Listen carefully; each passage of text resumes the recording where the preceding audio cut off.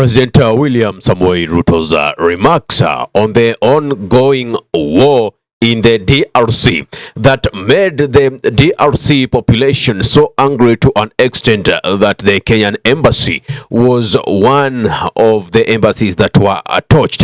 Now, all was going well, not until Ruto mentioned that he has also talked to the French President, that is Emmanuel Macron, and also updated him on the issue on DRC. Remember, just the other day, they had a meeting where they were deliberating on the peacekeeping mission and restore order in DRC. Now, we have this warring party, we have the government forces, which are FARDC, and we also have the M23.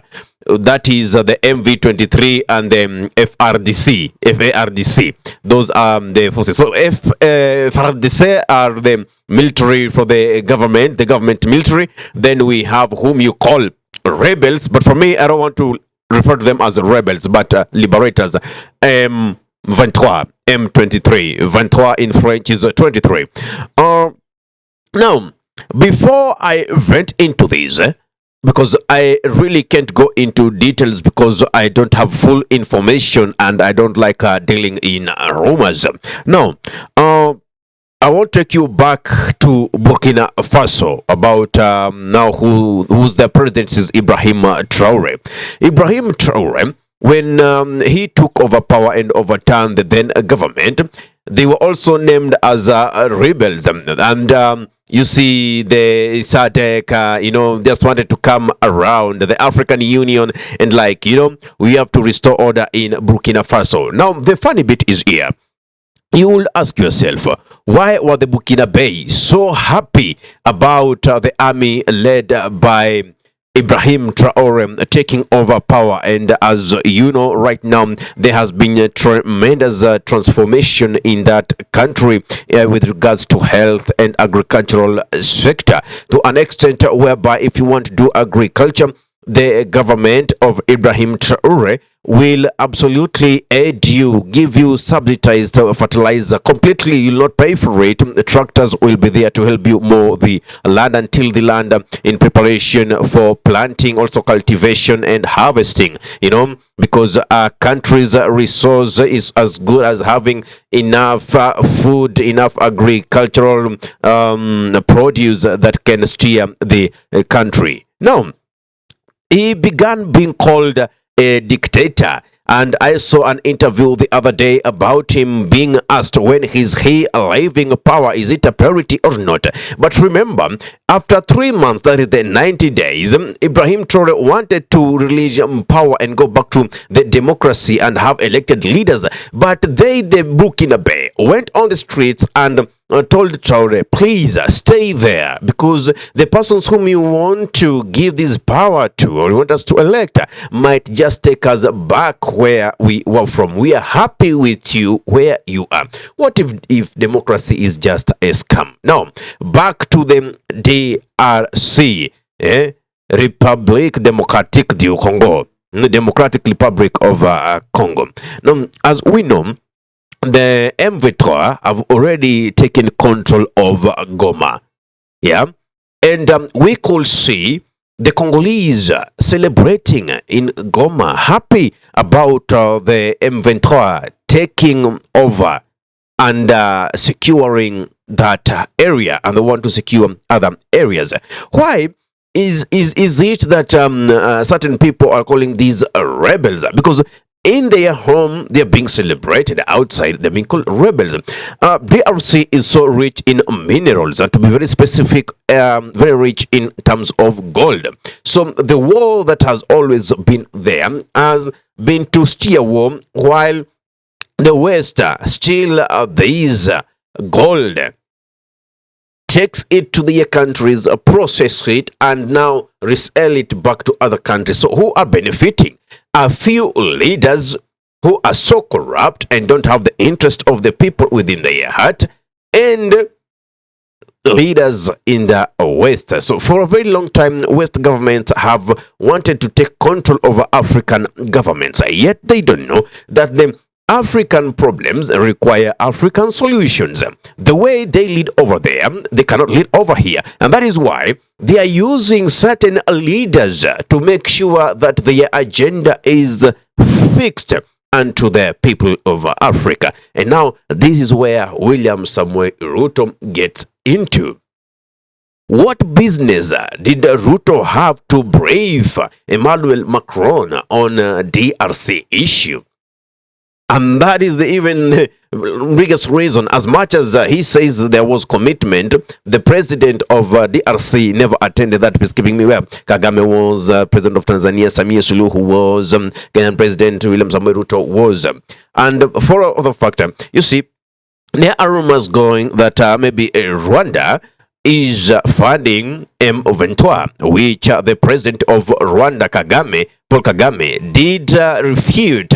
And he said that actually he did hit hard on South African President Ramaphosa. Like, hey, look at you. You play as if you want to play that peacekeeping role, but you are a pretender. Your forces have been seen aiding the FARDC. You have been directly involved in that fight. Okay, I don't want to get into that because in the East African community, whether you are in Kenya, Tanzania, Uganda, this war is as close to your bedroom by proxy. So if you keep quiet, you will be blamed. If you react, you will be blamed. So either way, I don't know how it goes, but all we want is peace in Congo. We don't want reckless sentiments from leaders. Now, you see what Ruto has painted Kenya into, you know.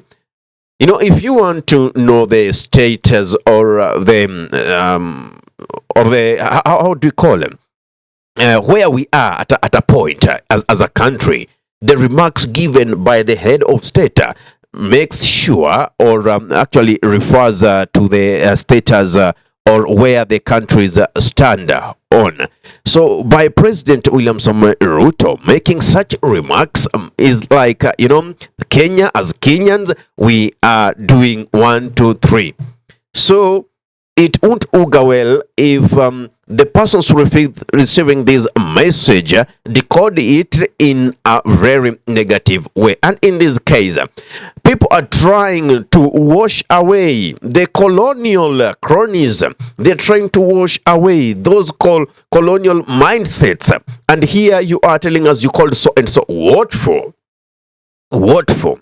For what essence? All that needs to be done, let the will of the people be done. Let the people of Congo have peace. Let them enjoy their resources. These guys have suffered for a very long time. Imagine if a day would pass without you not even knowing what you'll take, where you'll sleep, where you are heading to. You even don't know, you don't have any place to call a home. Because there is war, there is violence in your country. I do have lots of Congolese friends, and honestly, they'll tell you M23 is not the enemy. Funny enough. Yet, in the Western media, all we are being taught is that they are the rebels. Fine. Call them whatever you want to call them. But remember, in the fight for the rightful cause, names will be there. You'll be called a dictator. You'll be called whatever names that are there. But remember, this is Africa, and Africa require Africa solutions. I was watching some video about Mwalimu Julius Kambarage Nyerere, the former president of Tanzania, as he was saying that Africa has artificial borders that were drawn by the colonialists. Some were drawn straight, and you see, they were cutting into the native people's area. For instance, he was giving an example, like the Maasai. You'll find 60% of the Maasais are in Tanganyika, Tanzania, and 40% are in Kenya. You go to the Makonde area, you find like most of them are in the Tanzanian part, and some of them, a few percentage, are in Mozambique. Now, you find there's a tribe in Rwanda that most of them are in Rwanda, and a few of them been left in Tanzania because of the artificial borders drawn by the colonialists. And like sometimes we tend to wonder, like, hey, why are we being controlled by these artificial borders? Why don't we just walk freely? That is what we call the Pan-Africanism. We are a long way to go. Therefore, each and every head of state, whenever there is war in Africa, yeah, and we know who are benefiting from these wars, so it is not everybody who is fighting is trying to make that fight continue. They are trying to restore order. Even the M23 that you see, they're also trying to restore order. Yes. That is my take. I don't know what your take is. Yeah. Therefore, presidents like Samoei Ruto coming and giving reckless statements, they're just jeopardizing the whole process of wanting to restore and bring peace in Congo. I'm not a Congolese, but at least I can, try to analyze certain issues and get to know, at least, if not 100% of it, at least I get a percentage of what is happening. And already we have been given the reason as to why some people think that it is Rwanda funding the M23. You see, let's say, for instance, you are from ethnic tribe A in Rwanda, and the same ethnic tribe A are in Congo. Now, what is separating them is just the border. They are living in the same area, but it is the border separating them. Those artificial border that Mwalimu Julius Kambarage Nyerere was talking about. Now, you find these people of the same ethnic group A in the Congo territory. So, by virtue of that, they are Congolese. So you cannot segregate people or diminish them because they are of the same tribe as in that area. So if they speak in Rwanda, if they speak Hutu or Tutsi language, yet they are in this specific territory. Let's say, for example, the Luos. We have Luos in Kenya, we have Luos in Tanzania, we have Luos in Congo, we have Luos in Uganda, even in Ethiopia, the Nuer. Let's talk about the Kikuyus. They are all over, whatever country you go. Talk about the Chagas, these like business. You'll find them almost in every town. I understand that. So you cannot segregate people with the tribe. No. If that is the measure for saying that so and so is involved, I don't know. I'm not a military guy. I haven't studied military war and tactics. I would lie. I don't know how that happens. But sometimes there are things that are too obvious for us to dispute. Therefore, my only quest will be to have African leaders who speak what they know and act like leaders. Don't act like they're also receiving order from other leaders. Because who is Emmanuel Macron even to be briefed about the issues in DRC? Who is he? Of what significance is it? Ahmed Khalif is my name for the Unscripted Talks here in DURB Radio. If you love content of this nature, kindly subscribe and press the notification button so anytime that we are live or we upload content of this nature, you'll be the very first person to be notified. Assalamu alaikum warahmatullahi wabarakatuhu. Kwa timba kali za Afrika, DURB Radio ndio mpango mzima.